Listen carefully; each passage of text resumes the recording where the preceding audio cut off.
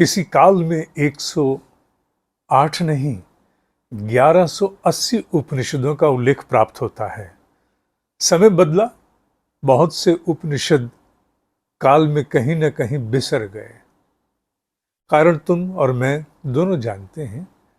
108 उपनिषदों में से भी आदिगुरु शंकराचार्य जी महाराज ने 10 मुख्य उपनिषदों को चुना और उन पर उन्होंने अपने भाव भी व्यक्त किए। इसीलिए 10 मुख्य उपनिषद हमारे यहाँ जाने जाते हैं। और जो श्रृंखला उन्होंने बांधी उसमें ईशावास्य उपनिषद मुख्य रूप से प्रथम स्थान पर आता है। इसका यह तात्पर्य नहीं है कि अध्ययन की दृष्टि से पहले ईशावास्य उपनिषद से ही आरंभ करना चाहिए, पर उन्होंने जिस स्वरूप में उन्हें गूंथा उसमें ईशा का नाम पहले आया। उपनिषद का ज्ञान जीवात्मा को परमात्मा के भाव से युग्म बिठाने हेतु, योग बिठाने हेतु ज्ञान प्रदान करता है। अधिकांश उपनिषद वेदों के अंतिम भाग में आते हैं, पर हाँ कुछ उपनिषद हैं जो वेदों में पहले भी आते हैं, जिन्हें मंत्रोपनिषद भी कहा जाता है। और ईशावास्य उपनिषद उन्हीं कुछ में से है जो पहले आते हैं। अधिकांश उपनिषदों में गुरु और शिष्य का संवाद है, और ये उन कुछ उपनिषदों में से है जिसमें कोई संवाद नहीं है। जो ज्ञान है उसे ठोस स्वरूप में प्रस्तुत कर दिया गया है। उपनिषदों का ज्ञान मनुष्य के भीतर एक ऐसी दृष्टि खोलता है कि जो आपाधापी भरा हुआ जीवन है, जिसमें हम नित्य प्रति अनेकों प्रकार की शंकाओं आशंकाओं में, ऊंच नीच में ग्रसे रहते हैं, उनसे एक कदम पीछे हट करके और बृहद स्तर पर अर्थात बड़े स्तर पर एक सोच को हमें प्रदान करता है। ऐसी विस्तृत सोच जो हमें संकीर्णताओं से मुक्त करा करके ये जताती है इस जीवन का वास्तविक उद्देश्य क्या है। ये जो भागा दौड़ है, जिस दिन श्वास जाएगी उस दिन सभी की इति हो जाएगी।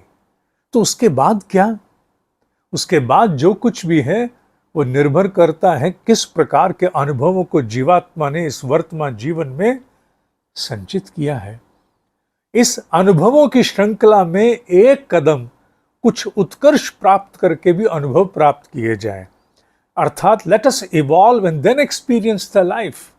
जब दृष्टि खुली होगी, नए नए विषय हमारे संज्ञान में आए होंगे, संकीर्णताओं से मुक्त होकर के इसी सामान्य जीवन के व्यक्तियों को, स्थितियों को और विषयों को हम देखेंगे, तो हम बाहर से दिखने में भले ही वही रहें, पर भीतर से हम बदल चुके होंगे।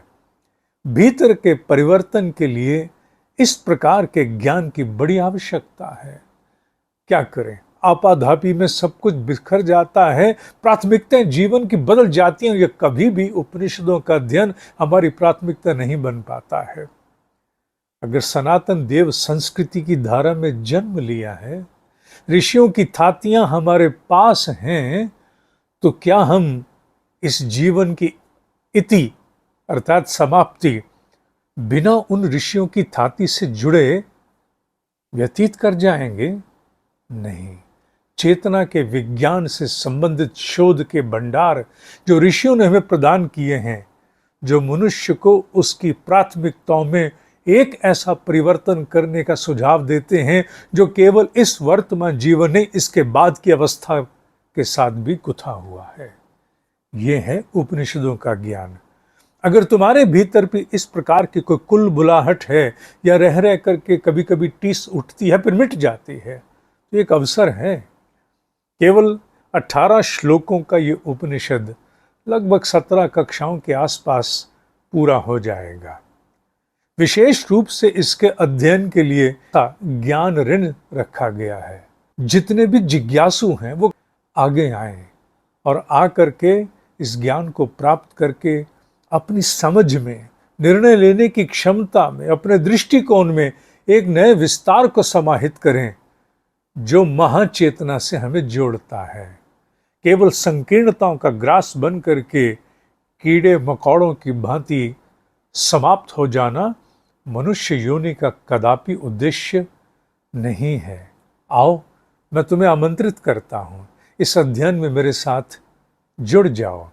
अगर इच्छा हो रही है तो नीचे लिंक दिया है, जाओ और जाकर के अपना विवरण प्रदान करो, जिससे आगे की जानकारी तुम्हें दी जा सके।